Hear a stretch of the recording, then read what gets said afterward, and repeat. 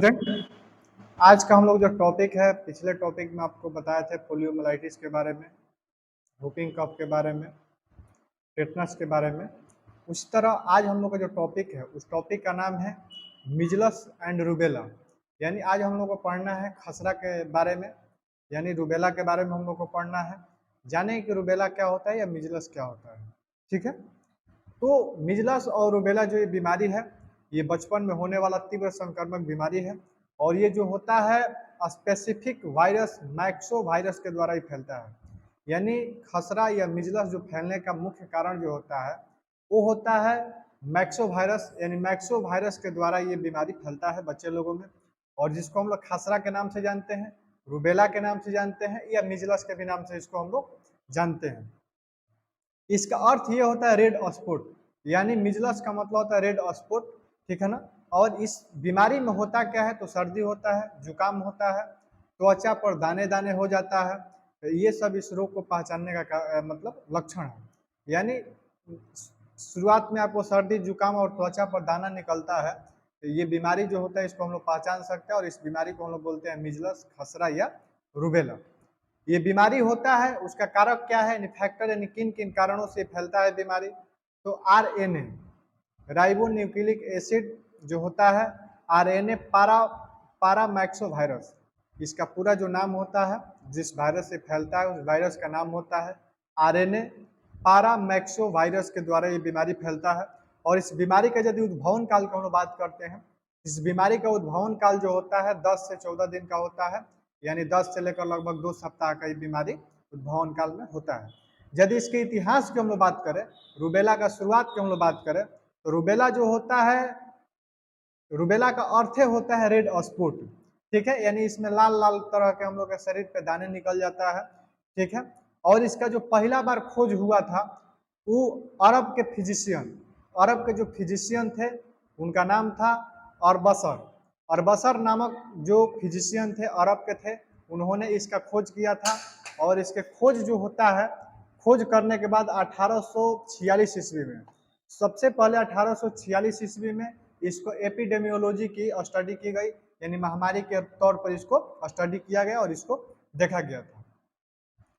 यदि इसका हम लोग जनपादिक कारक की बात करते हैं तो जनपादिक कारक में इसका यदि हम लोग देखते हैं तो पर लाख, यानी 1 लाख के पॉल्यूशन पर इंडिया में 1 से 3% लोग इसमें मतलब प्रभावित है। कहने का मतलब कि पर लाख, यानी प्रत्येक 1 लाख पर 1 से 3% लोग इस रोग से प्रभावित, यानी इस रोग से बच्चा प्रभावित है, ठीक है ना। उसके बाद यदि एजेंट की बात करें तो आपको बताइए कि एक आरएनए पारा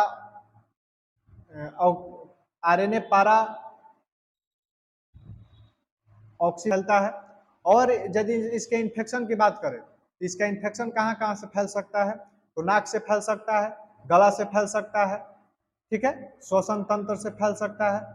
तो इन सब चीज़ों में संक्रमण होने के बाद ये बीमारी ज़्यादातर हम लोग को फैलता है। इसके यदि हम लोग बात करते हैं तो ये 6 से लेकर 3 साल के बच्चे लोग को ज़्यादा प्रभावित करता है, यानी जो बच्चा 6 महीना से लेकर 3 साल के जो बच्चा होते हैं उस तरह के बच्चे लोग को ज़्यादा ये रोग प्रभावित करता है, ठीक है। उसके बाद यदि इसको बात करते हो डायरेक्ट पर्सन टू पर्सन, यानी ये ड्रॉपलेट इन्फेक्शन, यानी एक बच्चा दूसरे बच्चा के संपर्क में यदि जाता है तब फैलता है, या ड्रॉपलेट के द्वारा फैलता है, यानी बिंदुक संक्रमण के द्वारा ये बीमारी ज्यादा फैलता है। इसके चिन्ह एवं लक्षण की बात करें, इसका 3 चिन्ह एवं लक्षण जो होता है 3 स्टेज में पता चलता है, क्योंकि बीमारी जो विकास करता है, यानी ग्रोथ करता है बीमारी, ये 3 स्टेज में ग्रोथ करता है। कैसे कैसे करता है, तो पहला इसको बोलते हैं प्रोडर्मल स्टेज।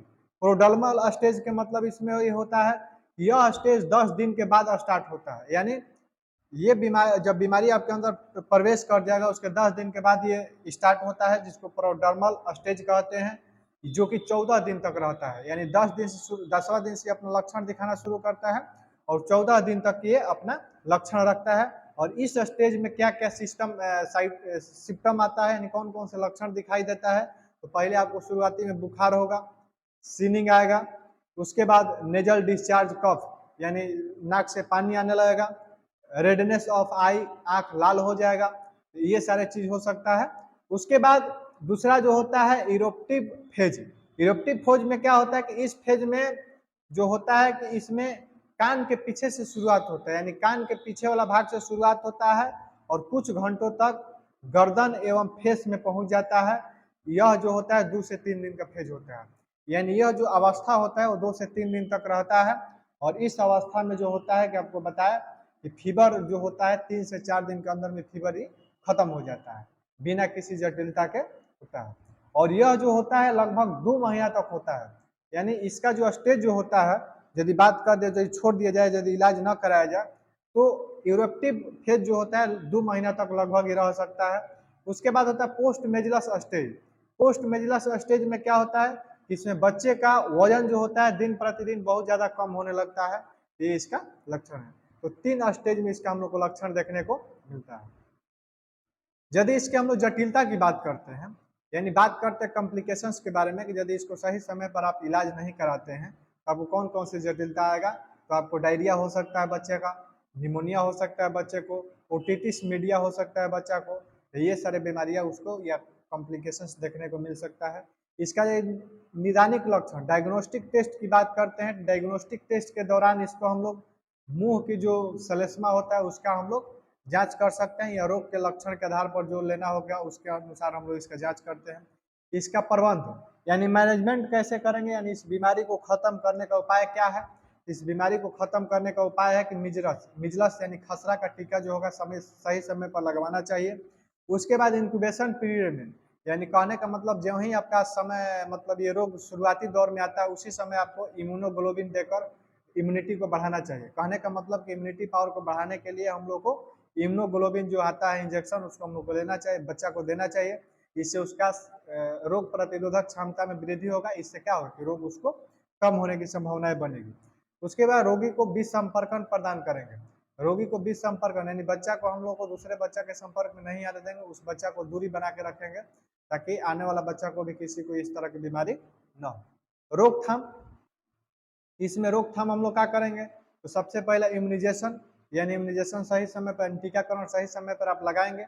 उसके बाद हेल्थ एजुकेशन, लोगों को अधिक से अधिक स्वास्थ्य से संबंधित शिक्षा प्रदान करेंगे, तो इससे ये बीमारी हम लोग को रुक सकता है। नियंत्रण कैसे करेंगे, इस बीमारी को कंट्रोल करने का उपाय क्या क्या है।